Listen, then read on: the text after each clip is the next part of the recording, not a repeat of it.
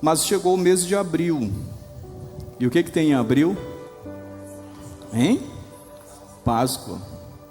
Mas quando você vai ao shopping, quando você vai nas lojas, o que você encontra? O que você sente? O cheirinho do chocolate. Cheirinho de chocolate. Você vê as pessoas com aquelas orelhinhas maiores, né? Usando mais orelhinhas maiores, as orelhas crescem, né? E chega o mês de abril, a gente sente esse cheiro do chocolate no ar. Para outros também é um período de descanso, porque já estão se programando para o feriadão da Semana Santa. Mas aí a gente se pergunta, afinal de contas, o que é a Páscoa para o cristão?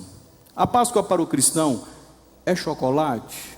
A Páscoa para o cristão é somente um período de descanso? E eu quero vos falar nesta noite, tomando as palavras de Paulo, de 1 Coríntios capítulo 5, verso 7, quando ele diz, Cristo, a nossa Páscoa. E eu quero vos falar sobre a Páscoa cristã, fazer uma diferenciação entre a Páscoa judaica e a Páscoa cristã, para que nós possamos compreender o que é a Páscoa cristã. E aí eu quero que você abra comigo a sua Bíblia, por gentileza, a primeira carta de Paulo aos Coríntios, no capítulo 5 e o verso 7, nós vamos tomar por base esse texto, mas depois nós vamos migrar para o texto de João, no capítulo 12, mas leiamos o que Paulo fala. Em sua terceira viagem missionária, Paulo está em Éfeso, ali no ano de 56 mais ou menos, e falando à igreja em Corinto, ele diz da seguinte forma, 1 Coríntios capítulo 5, verso 7, lançai fora o velho fermento, para que sejais nova massa, como sois de fato, sem fermento, pois também Cristo, o nosso Cordeiro Pascual, foi imolado. Queridos, é desejo de Deus que entendamos a Páscoa cristã como um ato de passagem da escravidão do pecado para a liberdade em Cristo, por meio da morte substitutiva e a ressurreição de Jesus ao terceiro dia. E quando você olha para o contexto de João, agora eu quero que você vá comigo para o Evangelho de João, volte um pouquinho na sua Bíblia, no capítulo 12, e o verso 12 em diante, nós vamos ver que o primeiro que falou da Páscoa foi um judeu, o judeu Paulo de Tarso, lá no ano de 56, lá em Éfeso, escrevendo para a igreja em Corinto, e ele se remete à Páscoa judaica, e é interessante que quando ele usa a expressão Cristo, a nossa Páscoa, era algo que já não era mais praticado pela tradição cristã daquele momento. Entenda que Jesus morre, ressuscita e é assunto aos céus. Muitas décadas já tinham se passado neste momento e uma nova tradição cristã é gerada. Para você ter uma ideia, a expressão Cristo ungido, que é a mesma ideia de Messias lá do hebraico, agora já não tem o mesmo peso, porque ela se aglutinou com o nome Jesus. Enquanto os judeus ele entende Jesus como nome próprio, Jesus o Cristo, Jesus o enviado, Jesus o ungido, a tradição cristã ela passa a entender como um nome próprio, Jesus Cristo. A tradição cristã passa a valorizar muito mais o Kyrios, o Senhor, aquele que governa, aquele que tem poder e autoridade. Mas neste texto, Paulo ele remonta a este momento, quando ele diz Cristo, o enviado, ele é o nosso Cordeiro Pascual, Cristo é a nossa Páscoa. E o segundo judeu que nós vamos ver, que está nos falando, é João o apóstolo. Só que João ele está um pouquinho mais à frente no tempo. João já está lá no ano 93. Só que ele está remontando uma história que aconteceu desde o ano 29. E quando você olha para João, você vai perceber aqui na leitura, quando ele mostra a entrada triunfal de Jesus, que João ele é tão precioso, tão cuidadoso nessa observância da Páscoa, que ele chega a citar 3 Páscoas que Jesus participou. Ele cita a Páscoa que você vai encontrar no capítulo 12, do verso 13 ao 27, nós não vamos ler, vou apenas citar. Ele vai citar uma segunda Páscoa no capítulo 11, o verso 55, no capítulo 6, verso 4. E a terceira Páscoa, que é essa que você vai encontrar no capítulo 11, 55, 56 e no 12, 12 aqui que nós vamos ler. João, ele cita 3 Páscoas de Jesus. E essa é a terceira Páscoa, é a Páscoa derradeira.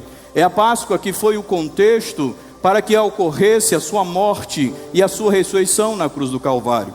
Leia comigo João capítulo 12, o verso 12 diz assim: no dia seguinte, a numerosa multidão que viera à festa, que é a festa da Páscoa, tendo ouvido que Jesus estava de caminho para Jerusalém, tomou ramos de palmeiras, saiu ao seu encontro clamando: Hosana, bendito que vem em nome do Senhor, é Rei de Israel. E Jesus, tendo consigo um jumentinho, montou, segundo está escrito: não temas, ó filha de Sião, eis que o teu rei vem a ti montado em um jumento, um filho de jumento. Seus discípulos a princípio não compreenderam isto.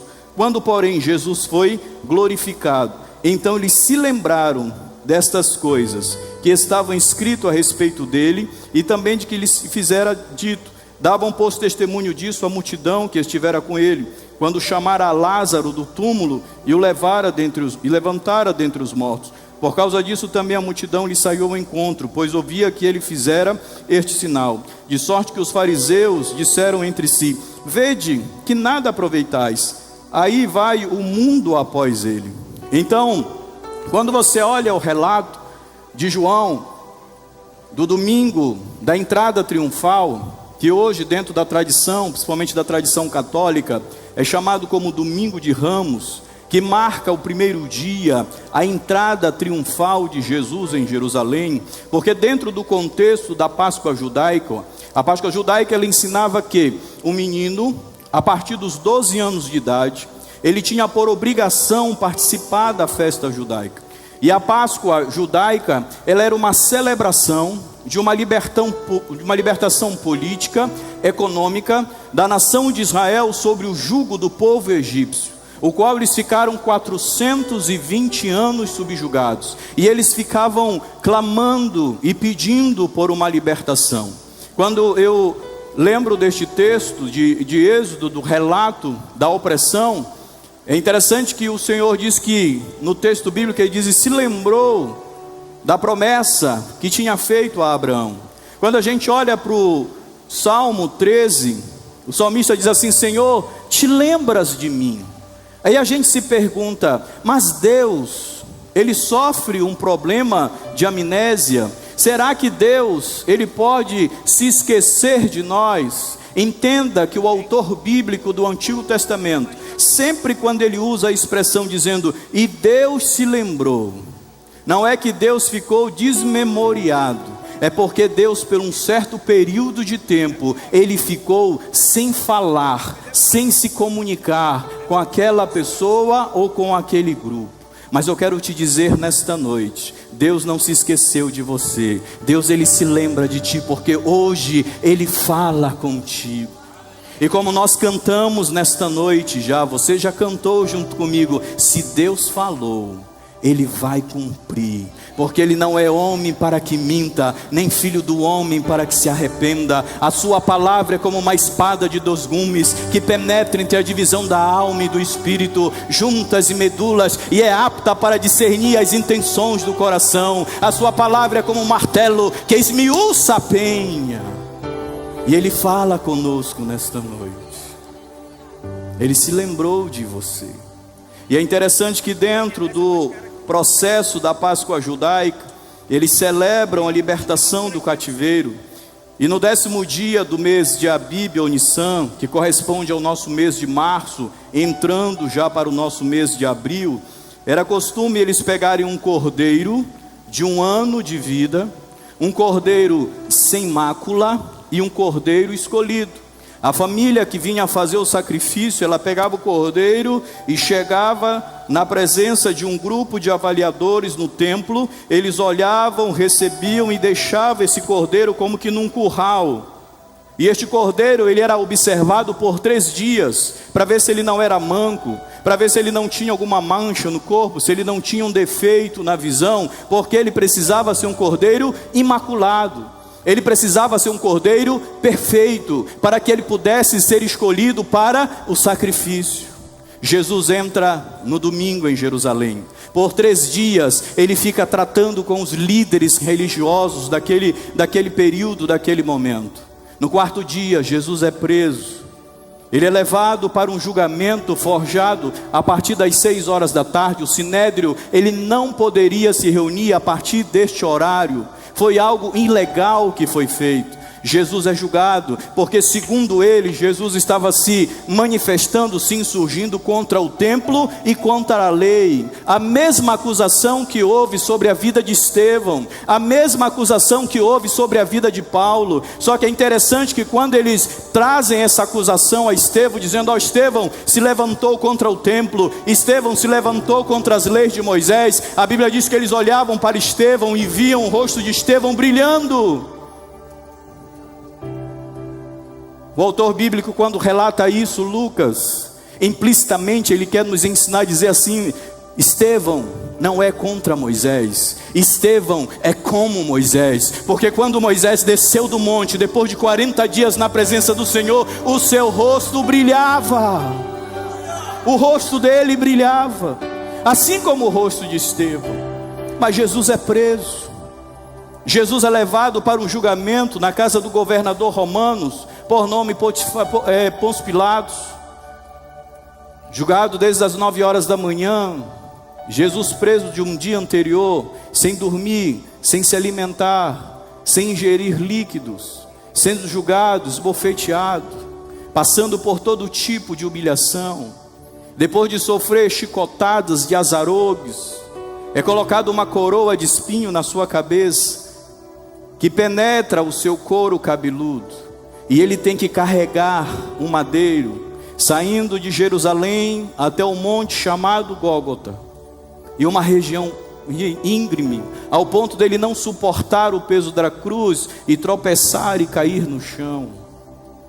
Porque segundo o costume da lei judaica, o cordeiro de 1 ano de existência, sem mácula, ele teria que ser observado durante 3 anos.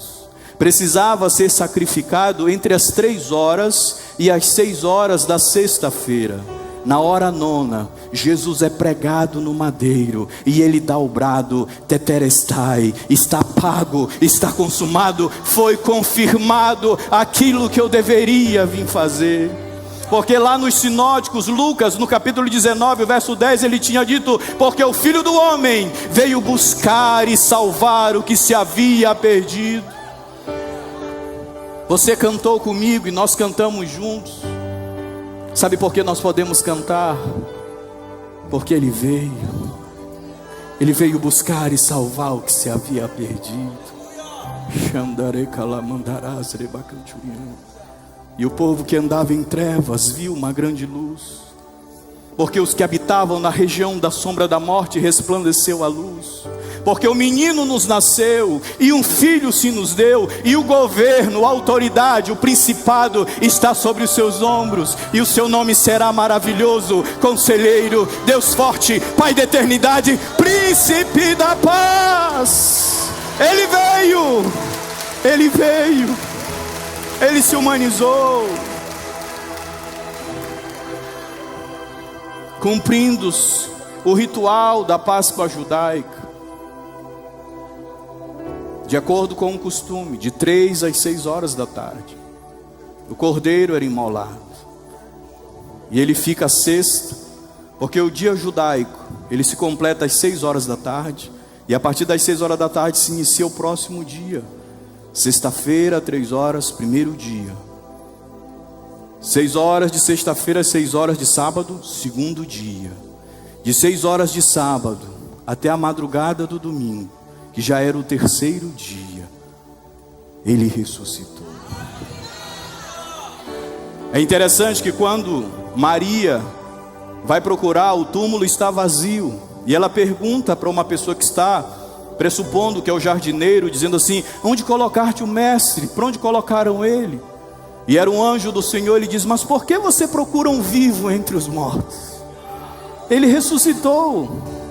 João, quando faz esse relato, eu digo que João, ele deveria ser considerado o patrono dos detetives, porque está João e Pedro reunidos, eles estão amedrontados porque Jesus tinha sido crucificado, o mestre deles, estavam sendo perseguidos pelo poder constituído da época. E quando as mulheres chegam com a notícia dizendo: nós fomos lá, o túmulo está vazio, eles saem correndo juntos, João e Pedro. Só que João corre mais, ele era mais jovem, deveria ter uns 16, 17 anos de idade. E ele chega na porta do túmulo, ele olha, ele não entra, ele olha e ele observa. Ele observa que o lençol que fora colocado debaixo da cabeça de Jesus está lá. O pano que tinha coberto o corpo dele estava dobrado, estava lá. Sabe por que João faz essa observação? Porque poderiam ter acontecido duas coisas. Vândalos poderiam ter entrado, opositores a Jesus, e vilipendiado o túmulo de Jesus, ou ladrões, porque era costume as pessoas ricas daquela época serem enterradas com bens preciosos, e aquele túmulo era de um homem muito rico. Alguém poderia pressupor isso, e por isso que João chega e ele observa, e ele diz: bom, vândalos jamais deixariam as coisas arrumadas, ladrões não iam deixar esses lençóis, porque são lençóis de linho, e são lençóis caríssimos. Se não foram vândalos, se não foram ladrões, é porque ele ressuscitou. Oh, aleluia, aleluia, aleluia. A nossa fé não é uma crendice, a nossa fé não se sustenta em achismo. Nós dizemos hoje que Jesus ressuscitou porque nós temos fatos. Esse texto que você acabou de ler é uma prova viva de que Ele ressuscitou. Porque quando Ele ressuscita, Ele muda toda a disposição do coração dos discípulos, ao ponto deles darem a própria vida pela mensagem que eles creram. E quando nós olhamos ainda dentro do contexto da Páscoa judaica, nos dias de Jesus sempre seguia um procedimento. Primeiro era feita uma oração de gratidão, depois era consumido as ervas amargas, para lembrar do período de sofrimento que eles passaram no deserto. Havia o filho que perguntava sempre para o pai uma seguinte pergunta: por que esta noite é diferente de todas as demais? E este pai, ele nunca respondia com um discurso, mas ele respondia com um cântico, que é o cântico do Hillel, que é o Salmo 113, 114. E depois eles continuavam e completavam este salmo com o Salmo 115 e 118. Depois eles comiam, eles cortavam e comiam o cordeiro. Mas o que me chama a atenção era justamente essa pergunta que sempre havia na liturgia: por que esta noite é diferente das demais?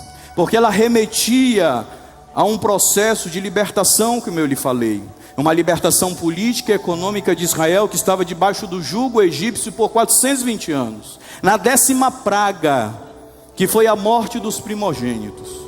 O Senhor institui a Páscoa dizendo: você vai matar o cordeiro, todos vão comer, vão se alimentar, porque vão precisar enfrentar o deserto, mas o sangue do cordeiro vocês vão pegar e vocês vão passar nos umbrais da porta, porque quando o anjo da morte vier, a expressão da 10ª praga vier, por causa da dureza do coração de Faraó, este anjo vai ver o sinal, e ele vai passar por cima. Pechar, Páscoa, passar por cima. A libertação ocorre, a redenção ocorre, mas a redenção ocorre mediante sangue. Sem derramamento de sangue não haveria remissão de pecados. O Verbo se humanizou, o Verbo encarnou.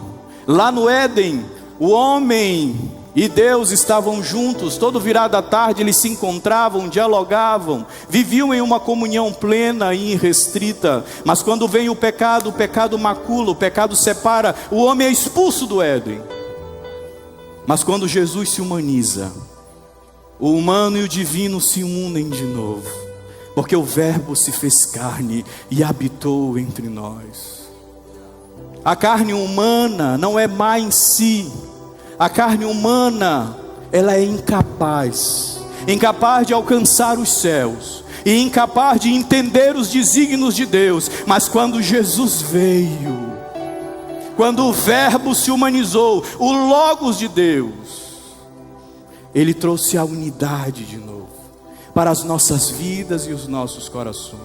E quando o menino pergunta, por que esta noite é diferente das demais? Quem sabe essa pergunta ecoa no seu coração nesta noite. Quem sabe você veio aqui por curiosidade, conhecer a Igreja Batista Lagoinha de Belém. Quem sabe conheceu o pastor Maxwell, a pastora Sandra. Você pensa que você veio por isso, mas quem te trouxe aqui foi o Espírito Santo de Deus, porque Ele queria falar isso contigo. Sabe por que essa noite é diferente das demais? Porque hoje tem redenção, porque hoje tem salvação, porque o Cordeiro de Deus, que tira o pecado do mundo, Ele está entre nós. Queridos, quero também fazer uma diferenciação. A Páscoa cristã é a celebração da morte do Cordeiro de Deus que tira o pecado do mundo. Martin Luther King Jr., ele chega a dizer uma frase da seguinte forma: a liberdade nunca é voluntariamente concedida pelo opressor, ela tem que ser exigida pelo oprimido. A Páscoa judaica, ela celebra a libertação política e econômica de um povo.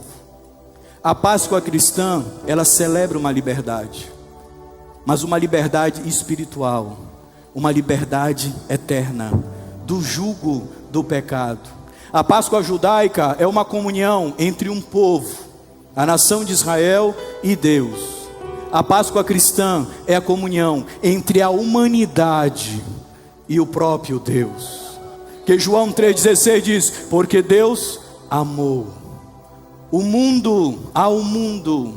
Observe como o autor ele escreve ao mundo, ou seja, não se refere ao gel, ao físico, aos animais, aos pássaros. Ele amou a humanidade. Ele amou a mim e a você, que nos presenteou com o maior presente que tinha no céu, o seu próprio Filho Jesus.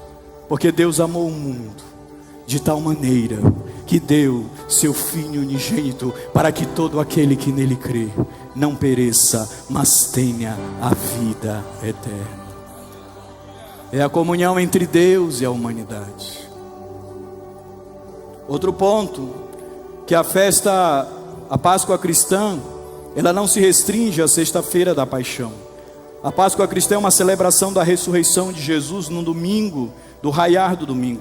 Por esta razão podemos crer que, assim como a morte ainda se manifesta no mundo em nossos dias, também a vida abundante, plena, completa de Jesus se manifesta em nós e se manifesta entre nós.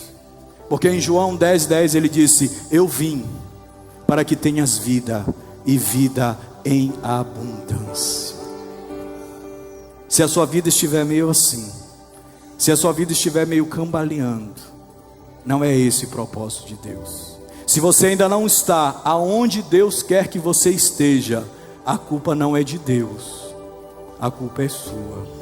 Mas nós vamos reverter isso em Cristo Jesus nesta noite. Eu vim para que tenhas vida e tenha vida em abundância. Assim como a morte, ela continua se manifestando, continua sendo algo universal, porque todos pecaram, separados estão da glória de Deus, porque o salário do pecado é a morte. Ela é universal, em qualquer povo, em qualquer cultura. Mas a vida do Senhor também é real nesta noite, porque Ele veio, esta vida se manifesta em nós, essa vida se manifesta através de nós. Eu convido você a estar em pé no nome de Jesus.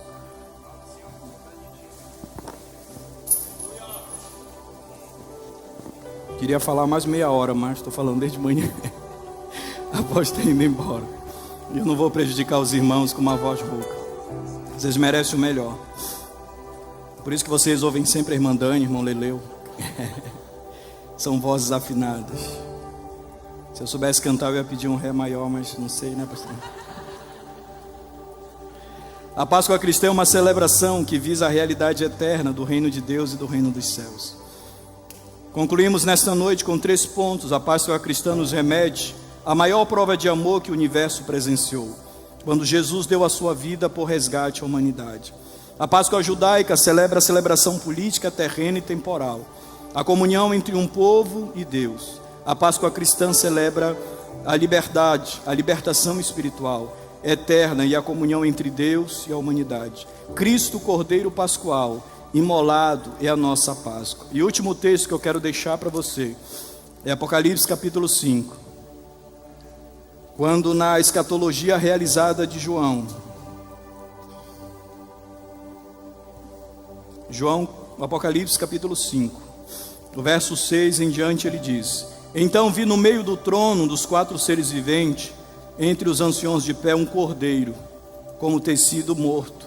Ele tinha 7 chifres, bem como 7 olhos, que são os 7 Espíritos de Deus enviados por toda a terra.